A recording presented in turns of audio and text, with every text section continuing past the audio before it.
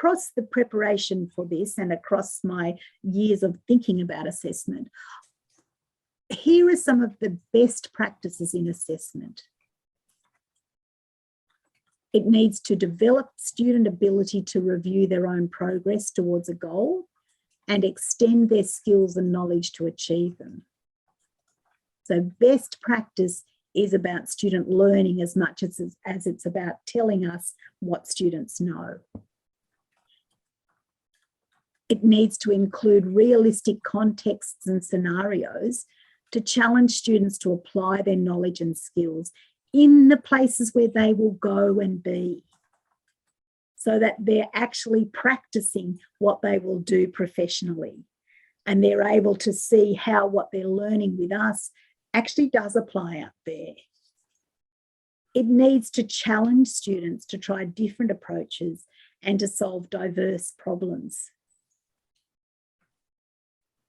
If you think back to when you did maths when you were in primary school, might be a long time ago, you might have taken it from your memory, but when you look at maths problems and it says Joe has 6 oranges and someone gives him 6 more, how many oranges does he need? There's a code there that tells you that's an addition. So we have to add those together. If it says Joe had 6 oranges and he ate 3, how many has he got left? We start to see that it's easily a subtraction problem. If we add some other elements in there, like so he also gets a half apple and he gets the dog eats 2 of them, we're starting to create that diversity, and you've got to sift through to work out what it is you need to do to solve that problem. That's what we want to build into our assessments, that students have to work out what knowledge I need, what skills I need, which ones don't apply here. So those diverse, messy problems are what the real world is like. You don't get that neat little pattern, that you can do. So our assessments need to challenge students to think about things differently. They need to require students to use personal experience. This is the academic integrity connection.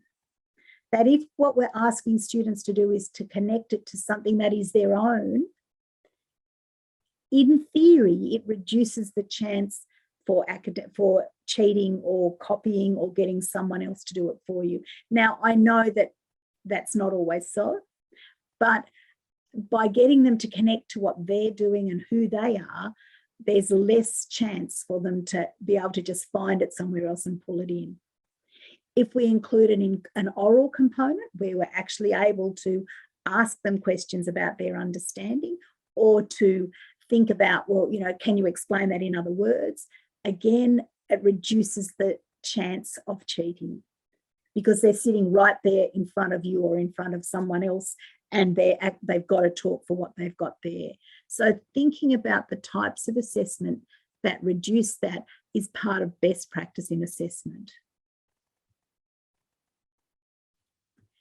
Assessment needs to be transparent.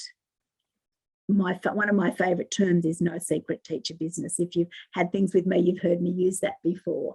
It's not about us tricking the students. It's about us making it really easy for them to know what it is we want. Sometimes we can do that by involving them in the construction of how it goes together. What are we going to mark? What would be the best, what would be a good example of this? Because ownership equals engagement. If we've got a stake in it, we're going to be more involved in it than if it's just given to us and we have to do it and it's sort of separate from us. But it means making it really clear what it is we want them to do. It needs to provide students with relevant and forward-facing feedback about their learning. It needs to allow them to generate their own feedback and offer opportunities to give others feedback.